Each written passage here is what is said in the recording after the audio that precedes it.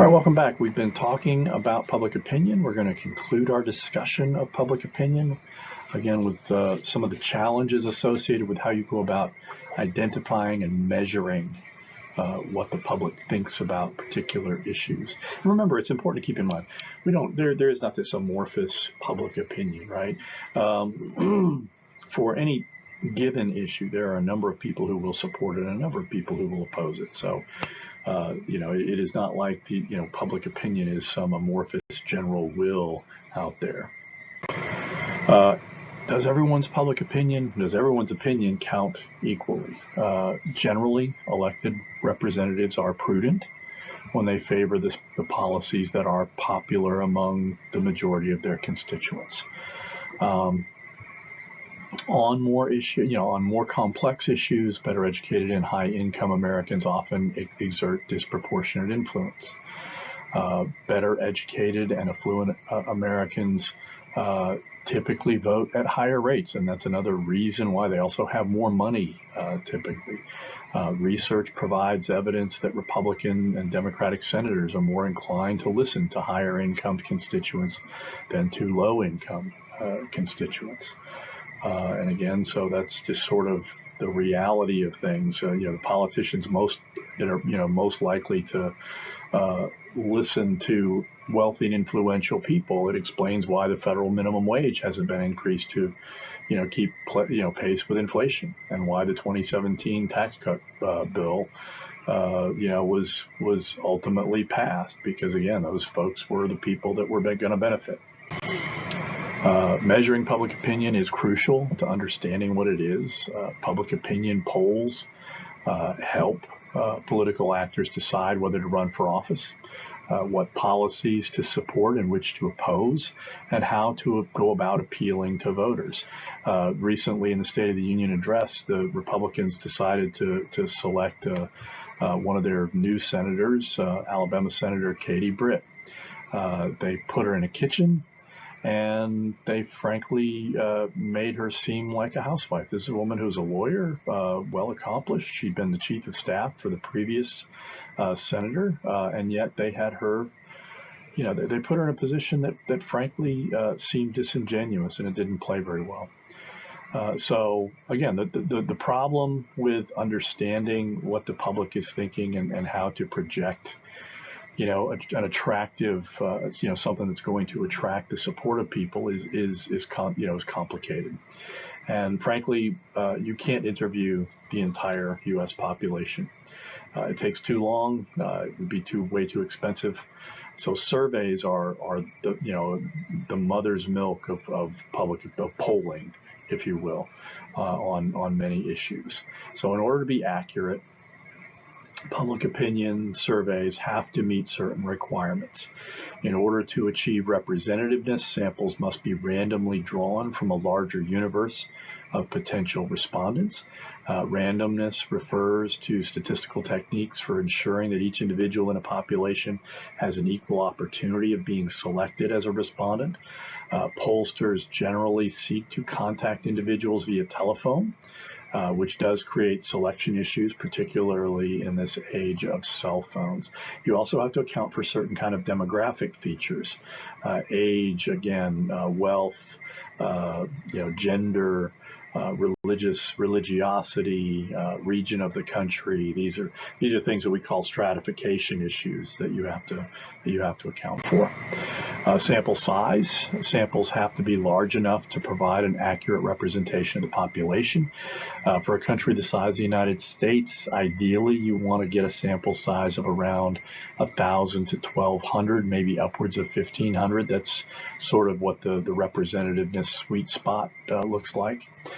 Generally, samples of that size produce a sampling error, the likelihood that the error, that there are inaccuracies built into the poll of plus or minus 3%, which is 6% variance, which again, it's important to keep in mind. Larger sample size produce what are known as diminishing returns on reducing the sampling error. When you get upwards of like 1,700, you get down to around 2%. but again, at a very high cost, because that number of people, it takes a lot longer, and the longer you're in the field, the more stale the data becomes. Survey question and design and question wording. Poorly constructed questions can lead to distorted survey findings. Providing respondents with an inadequate range of possible responses, like just yes or no, can also skew results. The order in which questions are asked can affect survey results. This is known as the Heisenberg effect, which refers to the fact that respondents may be learning while they're being surveyed, which means they're in effect changing. They're being changed by, their attitudes are being changed by taking the survey in itself. And one effect can also be hypothesis guessing, where the where the respondent may figure out what it is that you want and may either agree or disagree depending on the nature of the person, but in any event, they're not giving an honest response. Likewise, how questions are worded can have vastly different meanings for people. So, for example, the University of Chicago's National Opinion Research Center's poll, they polled respondents as to whether they thought the federal government was spending too much, too little, or about the right amount on assistance to the poor, and roughly 2/3 of the respondents thought the spending was too little. But when the same survey asked whether the government spent too much, too little, or just about the right amount on welfare, about half the respondents indicated that the federal government was spending too much. So again, certain words have a freighted meaning for certain people. Online surveys, pollsters have recognized that the large online presence of Americans can be exploited to gain public opinion insights. There are a lot of downsides to what are known as convenience samples. Many surveys today are hybrids, using telephones to make first contact and then following up with the survey instrument online. Many pollsters provide selective incentives to increase their response rate. And again, all of these things can skew outcomes in subtle ways. So how do you go about evaluating a poll? First, you look at who did it. Some pollsters, if you know, some pollsters have a pretty good reputation, some don't. How do they interview their subjects? They should make their sample instrument available. How many people did they interview? Again, that sample size is very important for understanding the likelihood that the error rate may be higher or lower. What confidence do we have in the result? And again, over what length of time? Because again, you want to take a snapshot, and the longer you're out in the field, the more stale your survey can become. Likewise, number 6, what survey mode was used? Again, how do they go about getting their data? What order were the questions asked? And again, number 8, who conducted the poll? So all these things are important for keeping in mind. When you look at 538, they include a bunch of different polls, what are known as poll of polls, which is to say aggregations of polls that can be more accurate on average than an individual poll.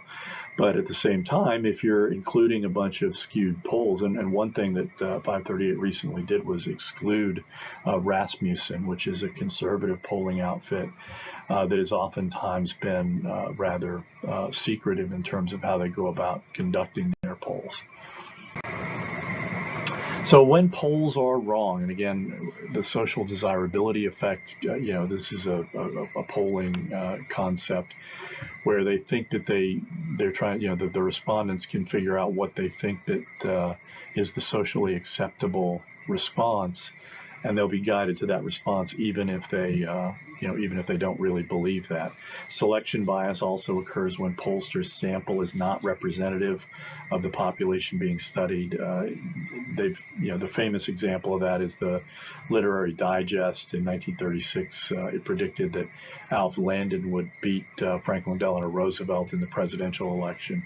It turned out they were just polling people based on telephone books, and only wealthy people had telephone books, and so what it demonstrated was that wealthy Americans were more likely to support Ralph Landon, but the the public at large had strongly moved in FDR's direction.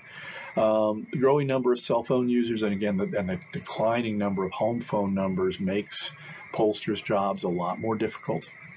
And again, certain demographic groups like young people, Latinos, transient Americans are less likely to be found in national commercial voter roll files, things, places where pollsters might look for those things. And in a lot of instances, those groups are underrepresented in polls, and that has consequences.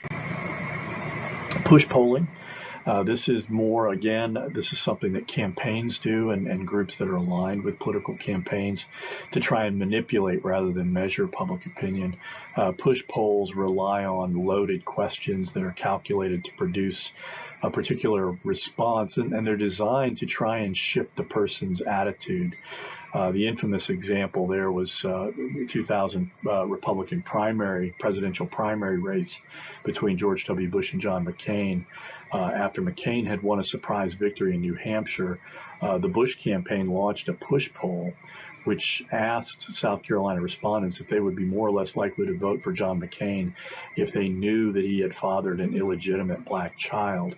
The poll indicated that Senator McCain and his wife's 9-year-old daughter, Bridget, who was adopted from an orphanage in Bangladesh, was in reality McCain's love child. Bush went on to win the South Carolina primary. But, again, most people thought that was pretty cynical, what was done. The bandwagon effect is important. Again, polling can sometimes create its own reality, and the bandwagon effect occurs when previous polling convinces voters to support the candidate that appears to be the likely winner. The effect is most common in presidential nomination contests as candidates attempt to project the air of inevitability. Like what you get, during the 2020 primary contest for the Democratic nomination, a few key events keyed Joe Biden's eventual victory. He had not done well in Iowa, New Hampshire, and Nevada. He finished, way out. But in South Carolina, James Clyburn, who was an African-American federal representative, strongly endorsed him and in effect basically put his arm around him, and black voters strongly supported him.